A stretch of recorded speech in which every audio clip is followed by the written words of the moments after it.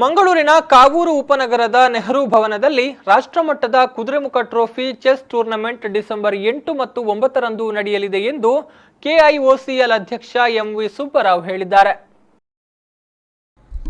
ಮಂಗಳೂರಿನಲ್ಲಿ ಮಾಧ್ಯಮಗೋಷ್ಠಿ ನಡೆಸಿ ಮಾತನಾಡಿದ ಅವರು, ಏಷ್ಯಾ ಖಂಡದ 10 ಹಲವು ಸಾರ್ವಜನಿಕ ಉದ್ಯಮ ರಂಗದಲ್ಲಿ ಅಗ್ರ ಪಂಕ್ತಿಯಲ್ಲಿದ್ದು ಕುದುರೆಮುಖ ಕಬ್ಬಿಣಾದಿರು ಸಂಸ್ಥೆ ಎಂಬ ಶುಭ ನಾಮನದೊಂದಿಗೆ ಸುಮಾರು 4 ದಶಕಗಳಷ್ಟು ಕಾಲ ಕಬ್ಬಿಣದ ಅದಿರೆಂಬ ಮೂಲ ವಸ್ತುವಿನಿಂದ ರಾಷ್ಟ್ರ ಮತ್ತು ಅಂತಾರಾಷ್ಟ್ರೀಯ ಮಟ್ಟದಲ್ಲಿ ಮಂಗಳೂರು ಬಂದರಿನ ಮೂಲಕ ಚಿಕ್ಕಮಗಳೂರು ಮತ್ತು ಮಂಗಳೂರು ಜಿಲ್ಲೆಯನ್ನ ಖ್ಯಾತಿಗೊಳಿಸಿದ ಸಂತಸ ನಮ್ಮ ಸಂಸ್ಥೆಗಿದೆ.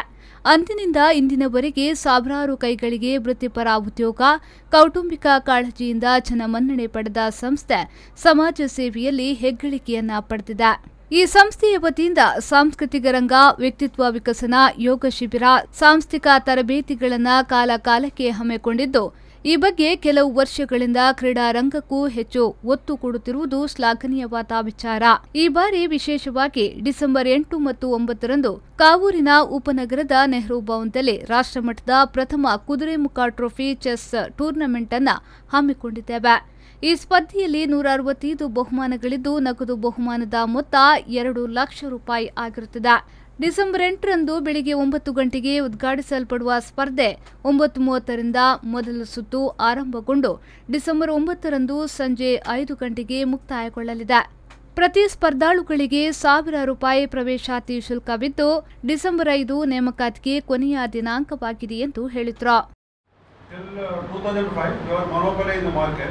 Producing almost 22 million tons of runoff wine, 7 million tons of annual concentrate.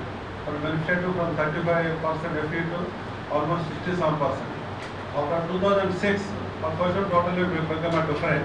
It became just like a trading company. Procuring raw material from wherever we get and converting into pellets and selling them both to domestic and export markets. Since 2006, we now achieved a capacity utilization more than 50% because of frontage of raw material. ಈ ಸಂದರ್ಭ ಸುದ್ದಿಗೋಷ್ಠಿಯಲ್ಲಿ ರೋಕ್ D'Souza, Bibi Prakash, S Murugesh ಮತ್ತಿತರರು ಉಪಸ್ಥಿತರಿದ್ದರು. ಶರಸಾಲಿಯನ್, ವಿ4 news 24/7 Mangaluru.